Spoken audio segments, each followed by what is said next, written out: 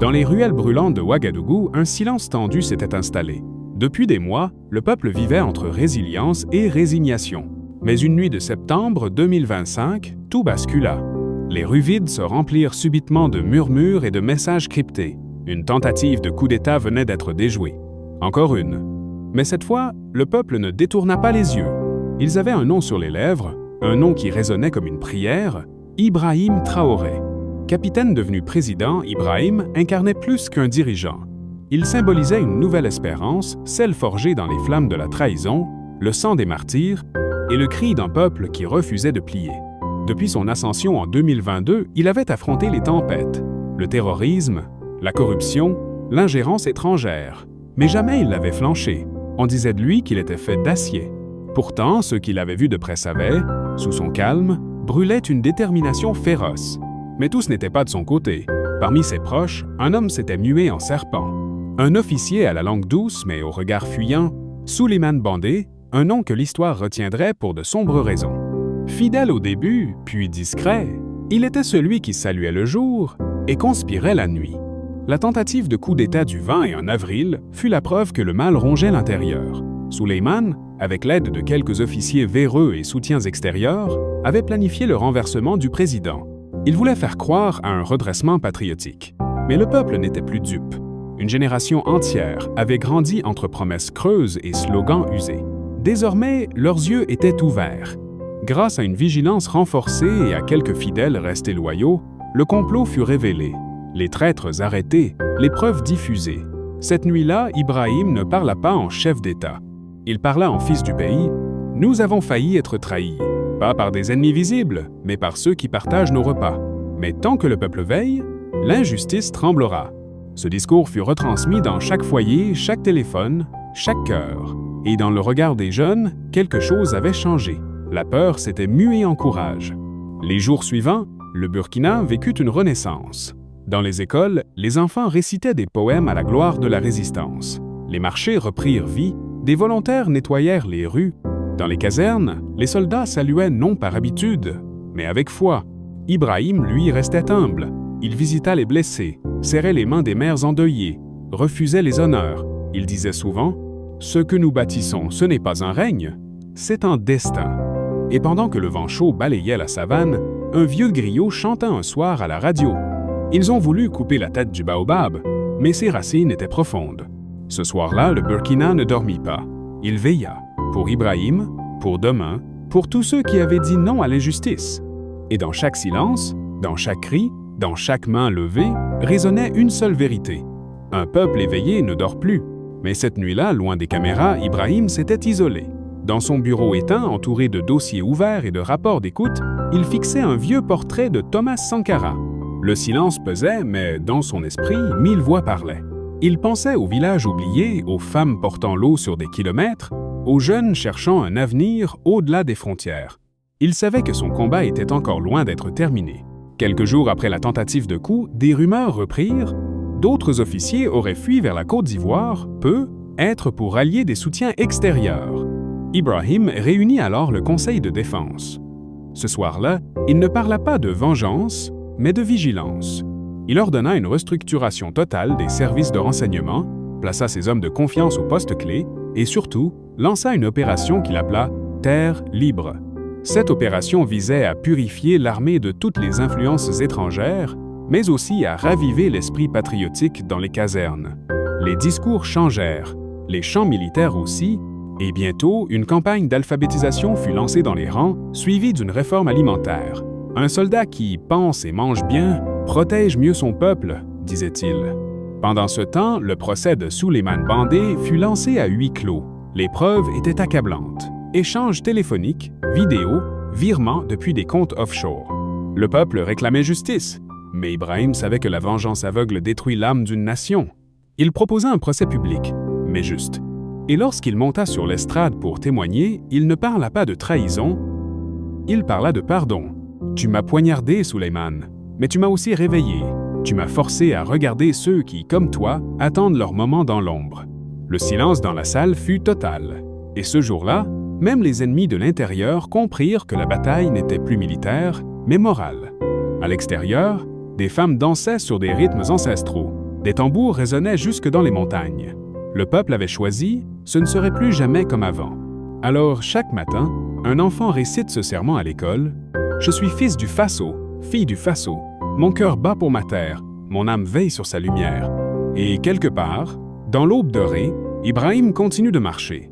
Pas en roi, pas en héros, mais en homme debout, face au vent. Car maintenant, le vent, c'est lui. Les mois passèrent. Et avec eux, les défis prirent de nouvelles formes. Ce ne furent plus seulement les armes ennemies ou les discours de haine à l'étranger. C'étaient les regards inquiets de ceux qui ne savaient plus s'ils pouvaient espérer. Le coût de la vie augmentait, le climat devenait instable et les cultures échouaient une à une. Pour Ibrahim, il fallait agir. Il convoqua une rencontre des sages de toutes les régions.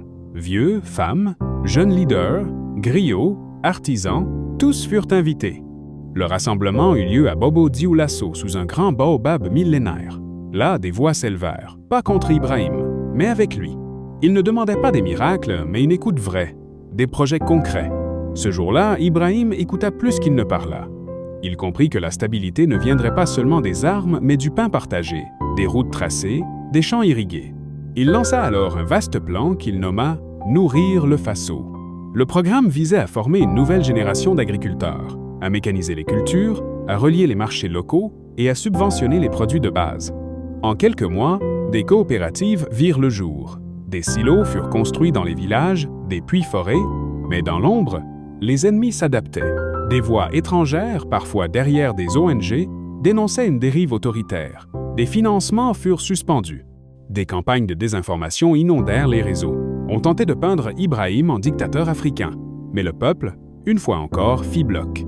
Des artistes composèrent des chansons, des jeunes créèrent des vidéos virales expliquant les réformes, des marches silencieuses furent organisées dans plusieurs villes du pays. Et à chaque tentative de déstabilisation, le peuple répondait par un mot, Faso. Faso n'était plus un pays, c'était devenu un esprit, une promesse. Un soir, alors qu'il contemplait les étoiles depuis le toit du palais présidentiel, Ibrahim confia à son aide de camp « Je ne suis pas éternel, mais si ce peuple croit encore, alors ce combat est déjà gagné. » Et les étoiles semblèrent plus proches, comme si elles aussi écoutaient. Le mois de juin arriva avec ses chaleurs lourdes et ses tensions étouffées. L'air semblait chargé, non seulement de poussière, mais aussi de présages. Ibrahim le savait.